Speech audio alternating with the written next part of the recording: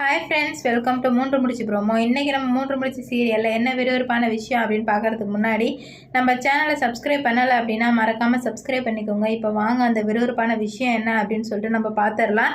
நம்ம சுந்தரவள்ளி சூர்யாவுக்கு ஒரு பொண்ணு பார்த்து நான் அவளை கல்யாணம் பண்ண போகிறேன் அப்படின்னு சொல்லிட்டு முடிவு எடுத்துட்டாங்க. ஏன்னா உச்சபட்ச கோபத்தில் இருக்காங்க.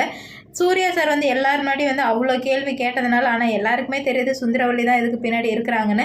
இருந்தாலும் அவ்வளோ கேள்வி கேட்டதுனால என்ன பண்ணுறதுனே தெரியாமல் சுந்தரவள்ளிக்கு கோவம் வருது. என் பிள்ளைக்கு வேற பொண்ணை பார்த்து நான் கல்யாணம் பண்ண தான் போகிறேன், இவளை நான் சீக்கிரம் கொலை பண்ணுறேன் அப்படின்ற மாதிரி சுந்தரவள்ளி யோசிக்க ஆரம்பிச்சிட்டாங்க. இது தெரிஞ்ச அருணாச்சலையா எப்படி அருணாச்சலையாவுக்கு தெரியுது அப்படின்னு பார்த்தீங்கன்னா, சுந்தரவள்ளி ஒருத்தருக்கா ஃபோன் போட்டு இந்த மாதிரி ஒரு நல்ல பொண்ணு இருந்தால் சொல்லுங்கள், அதுவும் 7 நாளில் எனக்கு வேணும் அப்படின்னு சொல்லிட்டு கேட்கும்போது, என்ன சுந்தரவள்ளி பண்ணிட்டு இருக்க லூசு மாதிரி, ஏன் பொண்ணு கேட்குற, யாருக்காவது கல்யாணம் பண்ணி வைக்க போறியா என்ன அப்படின்னு கேட்கும்போது, ஆமாம் என் பையனுக்கே ஒரு பொண்ணை நல்ல பொண்ணாக பார்த்து கல்யாணம் பண்ண போகிறேன் அப்படின்ற மாதிரி சொல்ல, ஏன் நந்தினிக்கு என்னாச்சு அப்படின்னு கேட்கும்போது, அவள் இதுக்கு மேலே இந்த வீட்டில் நான் இருக்க விட மாட்டேன் அப்படின்ற மாதிரி சொல்கிறாங்க. உடனே அருணாச்சலாவுக்கு பயம் வந்துடுது.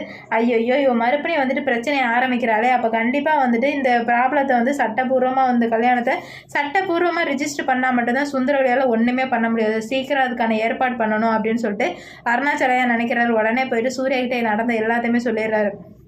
சூர்யா, நீ எல்லாரும் முன்னாடி கேள்வி கேட்டதுனால உங்கள் அம்மா கோவமாகி நந்தினி ஏதோ பண்ண போகிறாடா, அதனால தான் என்னென்னமோ பேசிகிட்டு இருக்கா, உனக்கு வேறு இன்னொரு பொண்ணு பார்க்க அரேஞ்ச் பண்ணிகிட்டு இருக்காடா அப்படின்ற மாதிரி சொல்ல, ஏன் டாடி உங்கள் ஒய்ஃப் இந்த மாதிரி இருக்காங்க, பணம் இருந்தால் எல்லாத்தையும் வாங்க முடியும்னு நினைக்கிறாங்களா, இல்லை எனக்கு ஒன்றுமே புரியல டாடி, எனக்கு தலையெல்லாம் வலிக்குது, அவங்கள என்ன தான் பண்ணுறதுன்னு எனக்கு ஒன்றுமே தெரியல அப்படின்ற மாதிரி சொல்லிட்டு இருக்காங்க நம்ம சூர்யா சார்.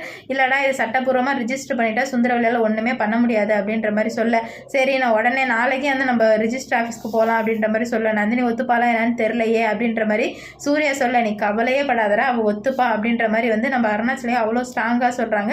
எப்படி டாடி அவள் ஒத்துப்பான்னு இவ்வளோ ஸ்ட்ராங்காக சொல்கிறீங்க, எனக்கே நம்பிக்கை இல்லை, உங்களுக்கு மட்டும் எப்படி அப்படின்னு கேட்கும்போது, அதெல்லாம் எனக்கு தெரியும்டா பாரு, இதுக்கு மேலே போக போக உங்களுக்குள்ள காதலும் அன்பும் தான் மலர போகுது அப்படின்னு சொல்லும்போது, அட போங்க டாடி அந்த மாதிரிலாம் எதுவும் இல்லை அப்படின்னு ஒரு செகண்ட் சொன்னாலுமே சூர்யா சார் மனசுக்குள்ளே ஏதோ ஒரு மாதிரி இருக்குது. உண்மையிலே டாடி சொல்கிற மாதிரி நடந்துருமோ அப்படின்ற மாதிரி மனசுக்குள்ளே தோணுது. ஏன்னா இப்போ 2 பேர் நல்லா பேச ஆரம்பிச்சிட்டாங்க, பழக ஆரம்பிச்சிட்டாங்க. அதனாலே என்னவோ சூர்யா சாருக்கு அந்த மாதிரி தோணுது.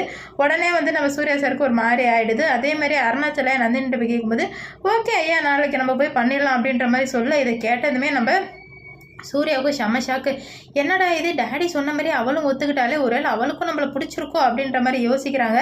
இப்படி யோசிக்க தான் கண்டிப்பாக ஒருத்தருக்கு அன்பு அதிகமாக போகுது. நாளைக்கு ரிஜிஸ்டர் ஆஃபீஸ் போய் எப்படி ரெஜிஸ்டர் மேரேஜ் பண்ண தான் போகிறாங்க. இந்த சுந்தரவள்ளி அங்கே என்ன பிரச்சனை பண்ண போகிறாங்க, இல்லை சுந்தரவள்ளி பல்பு வாங்கிட்டு ஓட போகிறாங்களா அப்படின்னு சொல்லிட்டு நம்ம பொறுத்திருந்து பார்க்கலாம். இந்த வீடியோ பிடிச்சிருந்தா லைக் பண்ணுங்கள், ஷேர் பண்ணுங்கள், கமெண்ட் பண்ணுங்கள். இது போன்ற வீடியோ சீரியல் அப்டேட் தெரிஞ்சுங்க நம்ம சேனலை மறக்காமல் சப்ஸ்கிரைப் பண்ணிக்கோங்க. அப்போ தான் நான் போகிற வீடியோவில் உடனுக்குடன் உங்களுக்கு நோட்டிஃபிகேஷனாக வரும்.